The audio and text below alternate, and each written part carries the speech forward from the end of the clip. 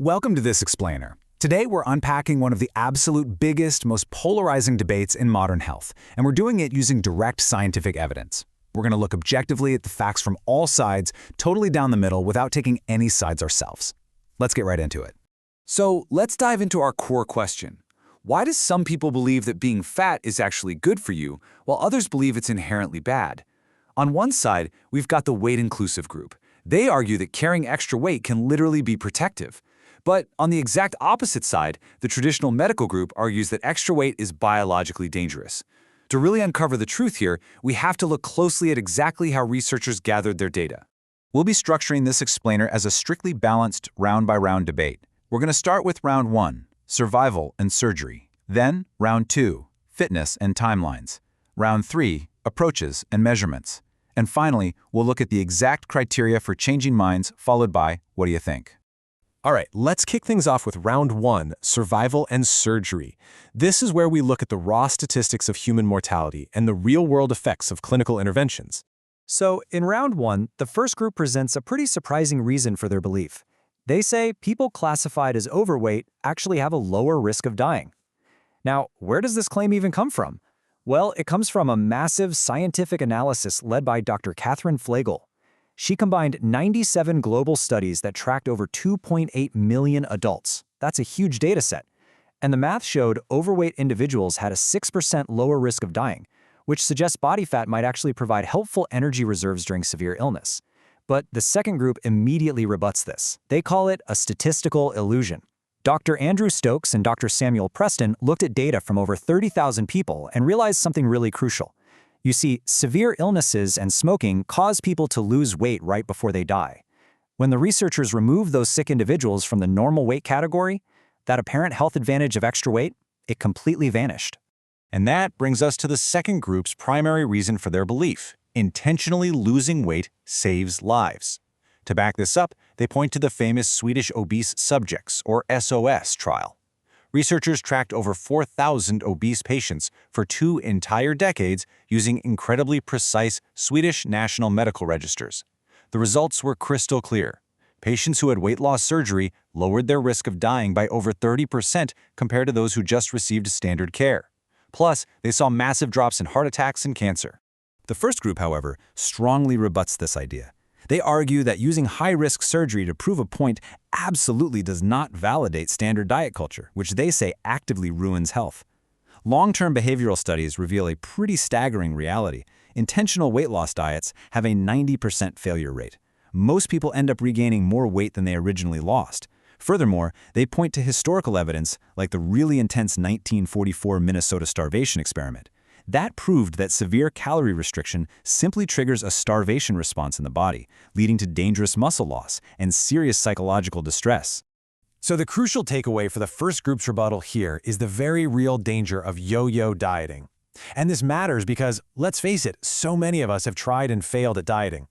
Epidemiological tracking actually shows that repeatedly losing and regaining weight causes chronic bodily inflammation and actively damages blood vessels. This back-and-forth weight cycling creates cardiovascular risks that are, frankly, far worse than simply remaining heavy in the first place. Okay, moving right into round 2, fitness and timelines. Here, we're going to compare the immediate benefits of physical fitness against the long-term tracking of metabolic decline. The first group kicks off round 2 by looking at physical capacity, arguing that you can absolutely be, quote, fat but fit. They draw on the Aerobic Center longitudinal study, which tracked nearly 22,000 men using exhausting, highly objective treadmill tests. The data revealed a fascinating fact. Physically fit, obese men actually had less than half the risk of dying compared to normal weight men who were unfit. To them, this proves physical fitness can effectively erase the risks of weight. But the second group issues a very stern rebuttal here. They argue that healthy obesity is really nothing more than a temporary phase. To prove this rebuttal, the second group points directly to the 20-year Whitehall II study of British government workers. Researchers brought in over 2,500 adults every 5 years for clinical blood tests, and while many started off categorized as metabolically healthy obese, the 2-decade tracking showed that 51% of these adults eventually deteriorated into insulin resistance. So, to the second group, this clearly proves that long-term metabolic health in larger bodies is statistically rare. And that leads directly to the second group's core belief for this round. Excess abdominal fat directly causes chronic illnesses. Massive cardiovascular tracking studies have measured the waistlines of millions of people over decades. This epidemiological data strongly links excess abdominal fat to high blood pressure, type 2 diabetes, and early death. But the first group pushes back with a really fascinating rebuttal. They ask, what if the damage isn't from the fat itself, but from the trauma of society's weight stigma? Public health experiments have measured bodily stress responses to weight discrimination. When individuals in larger bodies are exposed to this kind of stigma, their blood literally floods with the stress hormone cortisol. So the first group argues this constant societal trauma is what actually causes the chronic inflammation and insulin resistance, not the body fat itself. Let's move along to round 3, approaches and measurements. We're going to see how all of this builds into a huge debate over how we actually treat patients and mathematically measure the human body. In this round, the first group argues that we just need to abandon weight loss altogether. They advocate for a weight-neutral approach like health at every size, which they claim dramatically improves health. In a 2005 randomized clinical trial, obese women were split into a traditional diet group and a weight-neutral group. While the dieters regained weight and saw no long-term benefits, the weight-neutral group experienced sustained drops in cholesterol, lower blood pressure, and significantly improved self-esteem. Now, the second group rebuts this by pointing out what they call a harsh biological reality. Non-diet approaches fail to change actual disease markers. A massive 2022 systematic review by expert nutritionists analyzed peer-reviewed studies and found that weight-neutral therapies resulted in almost zero statistical improvement in actual blood sugar control or long-term inflammatory markers. The second group continues to defend their stance by relying on the body mass index, or BMI, which they argue accurately predicts health risks for massive populations, and this has been mapped across millions of health records over decades.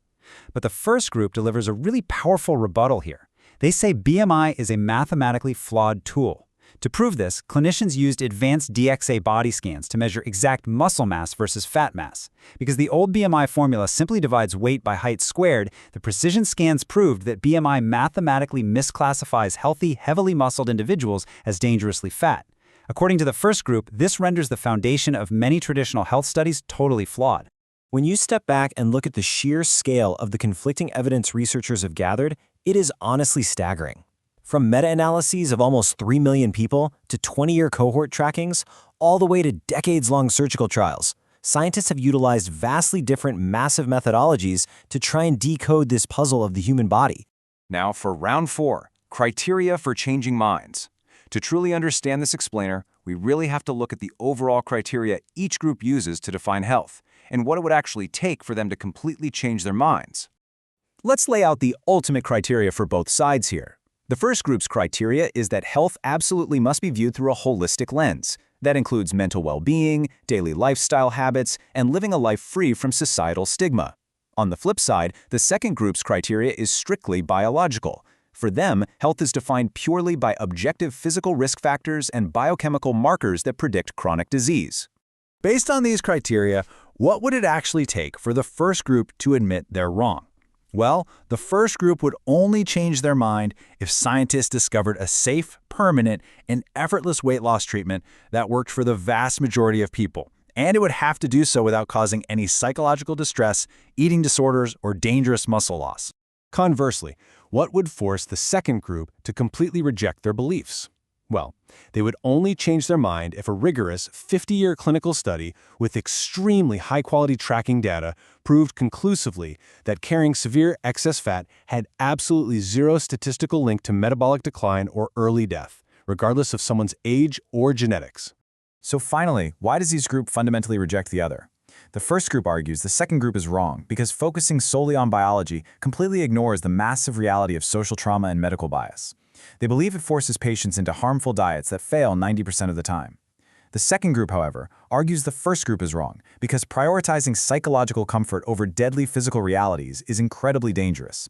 To them, waiting for a quote-unquote perfect, painless solution denies patients immediate life-saving medical care today. And that brings us to our final section. What do you think?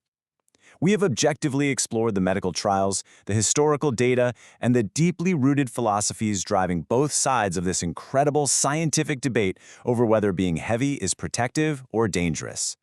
The data is vast, and the perspectives are entirely opposed.